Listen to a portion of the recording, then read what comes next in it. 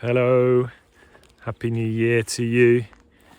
It is January 2022 and it's a beautiful winter's day here in the UK. Look at that sky, isn't that amazing?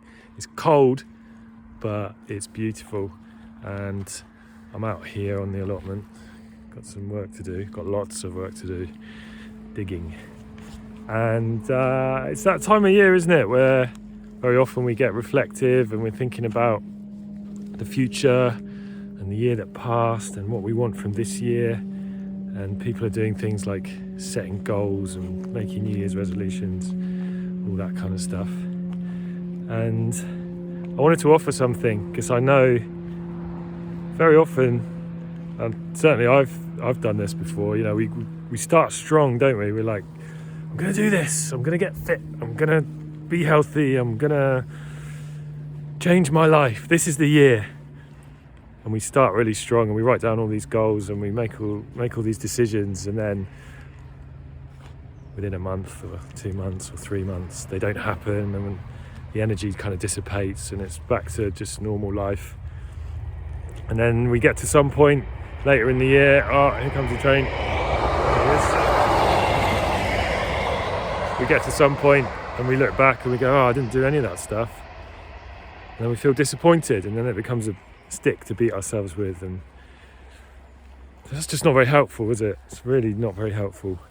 And I've been there loads of times, so I thought I'd offer something a little bit different, maybe a perspective that might be helpful, and just a way to think about it, to simplify it for a start, but just a way to make it real and bring some honesty and action and results into your world. So here's one way, one of many, but here's one way that's just a simple way to have a really good year this year. And it's really simple. Think about, here's the question. What do you want more of in your life? What do you want more of? And you can go as broad as you want with that. You can think about your health or your career or your relationships or your body or your money or financial stuff or whatever it is. What do you want more of? And it could be internal things too. It could be more peace, more joy, more happiness, more contentment, more fulfillment, more fun. It's definitely on my list. What do you want more of? And write it down. Get a pen and paper and just make a list. What do you want more of this year?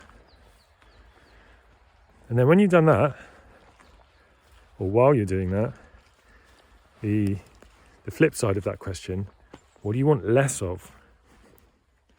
What do you want less of? What wasn't working for you in the last little while? And again, go as broad as you want, go internal, go external. What do you want less of? And again, just make a list. So you should end up with 2 lists, more of and less of.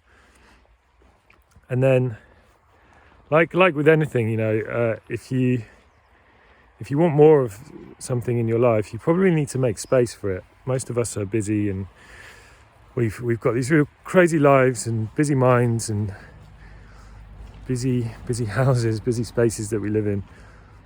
And if you buy some new clothes, I just bought some clothes earlier today because it's the January sales. But in order for me to have some new stuff come into my life, I need to make space for the old stuff to go out. Same kind of principle. If you want more of things in your world, how are you going to create space for that? What are you going to remove so that you've got the headspace, the time, the energy, the money, whatever it is that you need to have more of what you want? So that's the first part. What do you want more of? What do you want less of? And then, and this is the bit where the rubber meets the road, what are you committed to? What are some commitments that you might make to yourself? And you know what you want more of and what you want less of. What are you committed to in order for those things to happen? And this is really powerful, because this is what takes just some nice ideas and 2 lists on a piece of paper, and it turns it into action. It makes it real, it makes it specific, it makes it really easy to make decisions.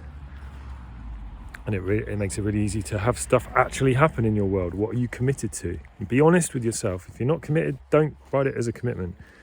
If you're not committed to going for a walk every day, don't write it down. If you're not committed to I don't know, cutting sugar out of your diet, then don't write it down. Don't. The commitment's not a commitment if it's not 100%. So what are you committed to? And really think about that and create some commitments for yourself. And that will really help to take those two lists and make them real and specific and tangible and actionable. And if you follow up on your commitments, if you stand by your word and you do what you say you're going to do, things will happen. The world will change. And you'll be having less of what you don't want and you'll be having more of what you do want. So there you go. It's a simple idea, super powerful if you do it right and you implement it. I hope you find that helpful. Let me know what you think in the comments. Happy New Year to you, and I will catch you soon.